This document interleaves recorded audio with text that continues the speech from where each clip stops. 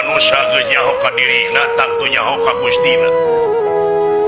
Di mana manusia geus nyaho ka Gustina bakal boga rasa bodoh hidupna. Lain teu bisa maca jeung nulis tapi bodohna teh teu umaku, teu umaing, teu boga rasa ieu aing yakidul.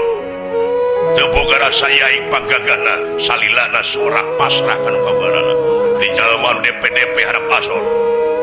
Setiap aya jajadianana aya nu ngajadikeunana, nu ngajadikeun anjeun jiga menang hidung bapa.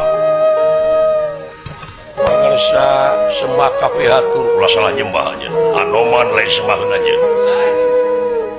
Teu aya deui sembaheun urang sadayana angin Gusti nu kagungan. Urang malintang ti saling bejaan. Siling wasiatan.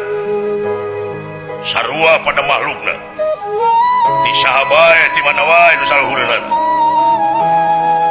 Jadi ciri na manusia teh anu kersa dipapatahan jeung kersa mapatahan mun teu kitu rametuk aja.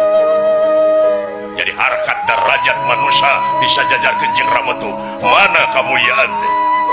Imalanta tina mulia, kapangi we mulia aja.